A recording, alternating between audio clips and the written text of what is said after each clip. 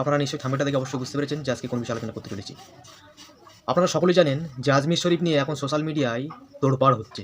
আজমির শরীফ নিয়ে, আজমির শরীফে নাকি শিবলিঙ্গ পাওয়া গেছে, এমনটাই হিন্দুত্ববাদীদের দাবি। এখন সোশ্যাল মিডিয়ায় তোড়পাড় হচ্ছে আজমির শরীফ নিয়ে। আজমির শরীফকে ভাঙার চক্রান্ত করছে হিন্দুত্ববাদীরা। এবার সরাসরি আজমির শরীফ নিয়ে মুখ খুললেন ফুরফুরা শরীফের পীরজাদা আব্বাস সিদ্দিকী ভাইজান।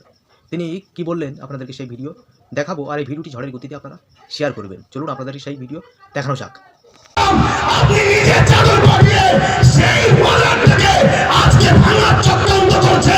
আমি যুব সমাজকে জানতে চাই, শুনে রেখে দাও, গরিবের নামাজ যিনি তিনার ইশারায় ঘোড়া বসেছিল, সেই ঘোড়াকে তোলার এমন করে সেই সময় ক্ষমতাশালীদের ক্ষমতা হয়নি।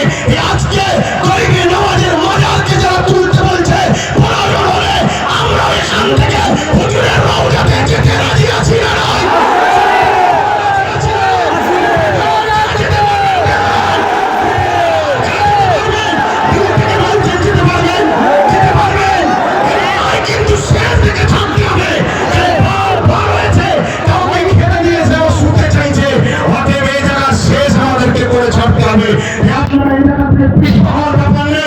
আগামী দিন বিভিন্ন জায়গায় করে করে কলকাতার রাজপথ কলকাতায় করার পর পুরো দেশ জুড়ে বিভিন্ন জায়গায় আন্দোলন চলছে।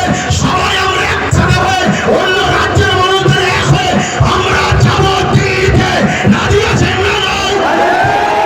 চিল্লাতে যাব না, দিল্লিতে শুধু চিল্লাতে যাব না, যারা সংবিধান ও দেশকে মিটাচ্ছে তাদেরকে না মাঠে আমরা যাব। রাজি আছে? এই মমতা যেন মনে থাকে, ধোঁকাবাজি করলে হবে না। জন্মেছি যখন মরবো একদিন। আমি তো যাই ইনসাফের জন্য লড়বো, মানবতার জন্য লড়বো, দেশের জন্য লড়বো, সংবিধানের জন্য লড়বো, নিজের মাতৃভূমির বসবাসকারী গরিব হিন্দু দলিত আদিবাসী সাঁওতালপন্থী সবার জন্য আমরা লড়বো।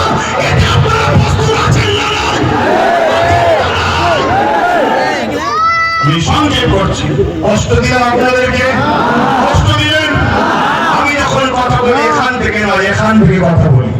আমার কথা বা ওই তেল মাখানো হয় না, তাই হয় চুপ করে যাবো, চুপ করে যাবো, আর নয় কথা বলি।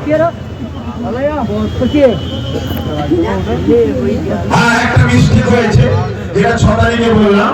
ডাক্তার বাবা সাহেব আম্বেদকরের ওটা জন্মদিবস নয়, সরি, উনি ওই দিনে মৃত্যুবরণ করেছিল, সেটা পুরো দেশ জুড়ে স্মরণ করা হতো। কিন্তু এই ডিসেম্বর 6 তারিখে এটা রানিংয়ের মাথায় হয়ে গেছে, এর জন্য আমি দুঃখিত। ওটা মৃত্যু দিবস ছিল। তো যাক, আমি সংক্ষেপ করছি। আমরা এসেছি যখন ছোট্ট করে একটু সৃষ্টিকর্তার কাছে হাত তুলব। আল্লাহুম্মা আমিন।